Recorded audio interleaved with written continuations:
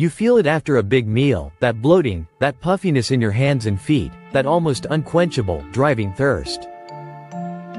That temporary discomfort is just the tip of the iceberg.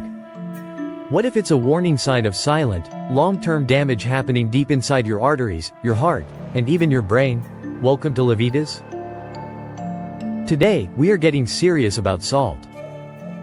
We're going beyond the basics to look at what too much sodium is really doing to your body, system by system. Here's a question for the comments, and I really want to know what you think. Where do you believe the most hidden salt in your diet comes from? Let me know your guess in the comments below, and please give this video a like. It takes 1 second, but it truly helps the channel. Too much salt science. And how much is too much, anyway? Alright, let's get our numbers straight, because you can't manage what you don't measure. The American Heart Association, or AHA, recommends that most adults consume no more than 2,300 milligrams of sodium per day. To put that in perspective, that is the amount in 1 single teaspoon of regular table salt for your entire day. But that 2,300 milligrams is the upper limit. The AHA states that an ideal target for most adults, especially if you have high blood pressure, is lower, closer to 1,500 milligrams per day. Here's the problem. The average American consumes around 3,400 milligrams of sodium every day. We aren't just a little over the limit. Many of us are consuming more than double the ideal target, day after day, without even realizing it. And that excess has to go somewhere. Salt Science 1. This is the one we all know, but let's quickly cover why it happens. It's simple, really. When you eat a high-sodium meal, your body is smart. It knows that sodium concentration needs to be in a tight balance, so it holds onto water to dilute the extra salt. This increases the total volume of blood in your bloodstream. Think of it like a garden hose. If you try to force more and more water through that same small hose, the pressure inside builds up. That pressure is what we call high blood pressure or hypertension. Your arteries are the hose, and your heart is the pump. This isn't just a theory. The landmark INTERSALT study from 1988 looked at 52 different populations all over the world. The conclusion was crystal clear. There was a significant and direct relationship between the average sodium intake of a population and their rise in blood pressure with age. But the real kicker came from the DASH sodium trial, published in 2001. Researchers found that on a typical, standard American diet, just reducing sodium from a high level, around 3,500 milligrams to a low level, lowered systolic blood pressure by an average of 7.1 points in healthy people, and 11.5 points in people who already had hypertension. That's a drop you can get from medication, achieved just by managing sodium. Salt Science 2. But high blood pressure can feel like an abstract number. Let's talk about what it's physically doing. That constant, high pressure pounding 24 hours a day, 7 days a week, forces your heart to work harder just to do its basic job of pumping blood. Your heart is a muscle, and just like any muscle, when you overwork it, it gets bigger. Your heart's main pumping chamber, the left ventricle, starts to thicken and stiffen. This is a dangerous condition called left ventricular hypertrophy.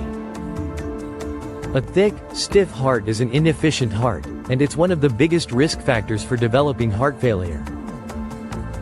In fact, as a 2025 review on this topic highlights, we're now learning that high sodium is associated with changes to the actual proteins in the heart muscle itself, changing its mechanical performance and its variability to contract properly. Salt Science 3. If your heart is the pump, your kidneys are the master filters.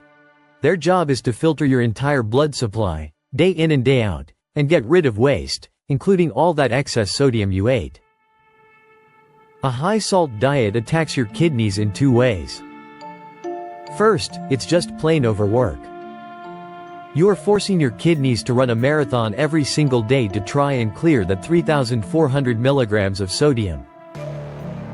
Second, and more insidiously, the high blood pressure caused by the salt physically damages the delicate, microscopic blood vessels inside your kidneys, the little filters called glomeruli. Think of them as a coffee filter. If you blast them with a pressure washer, you'll tear them apart. Over time, this damage becomes permanent. This is not a small risk. Data from the Massive Global Burden of Disease study, analyzed in 2021, delivered a shocking statistic: global deaths from chronic kidney disease that were specifically attributable to high sodium intake surged by 168% between 1990 and 2021. Salt Science 4. This brings us to the brain.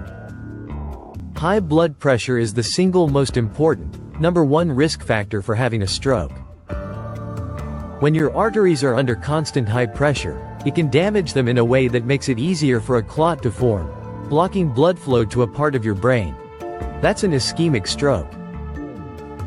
Or, that relentless pressure can simply weaken a blood vessel wall in your brain until it bursts, causing a brain bleed.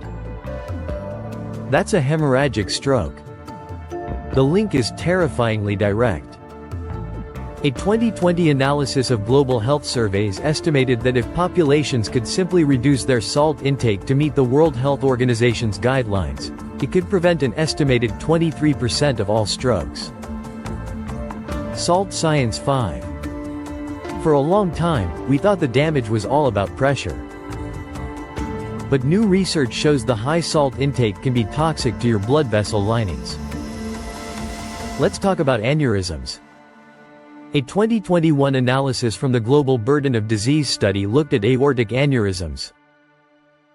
That's when your body's largest artery, the aorta, develops a weak, ballooning spot in its wall. If it ruptures, it is almost always fatal.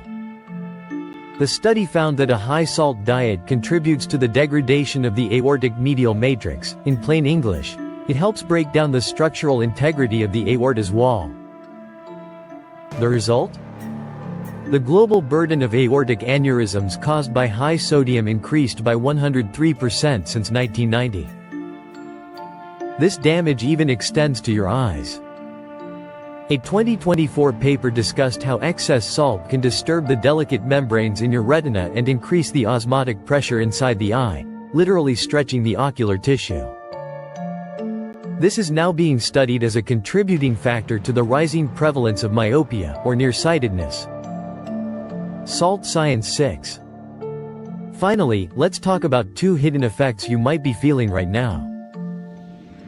First, brain fog. That same high blood pressure that damages large vessels also hammers the tiny, delicate blood vessels in your brain. This damage is a primary cause of what we call vascular cognitive decline.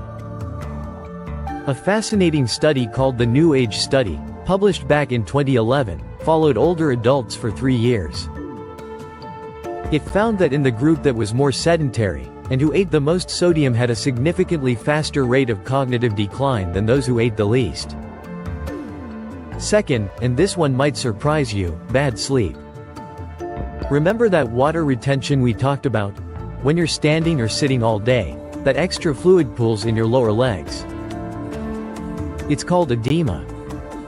When you lie down to go to sleep, gravity is no longer holding it there. That fluid shifts upward, into your neck and into the soft tissues of your throat. This peripharyngeal fluid narrows your airway, making it dramatically more likely to collapse when you sleep. That is the literal mechanism of obstructive sleep apnea. Don't just take my word for it. A massive UK biobank study published in 2023 looked at over 488,000 people. It found that, after adjusting for other factors, people who reported always adding salt to their food had a 24% higher risk of being diagnosed with sleep apnea than those who rarely add it. As a doctor, here is my clinical takeaway for you. The real problem is not the salt shaker you use when cooking. The real danger is the 70 to 80% of our sodium intake that comes from ultra-processed foods, deli meats, canned soups, frozen dinners, fast food, sauces, and even bread. Excess sodium is not just a little water weight. It is an active agent of disease. It may stiffen your arteries, strain your heart muscle, break down the filters in your kidneys, and can physically remodel your aorta and disrupt your sleep. The daily teaspoon is your target for optimal, long-term cardiovascular health. Watch this video suggestion, it was especially picked for you. Also share, comment, give it a thumbs up, subscribe, and hit the bell icon. It helps a ton with the algorithm. Remain tuned for future videos to empower your health and fitness journey. So, stay healthy, stay happy, and keep going.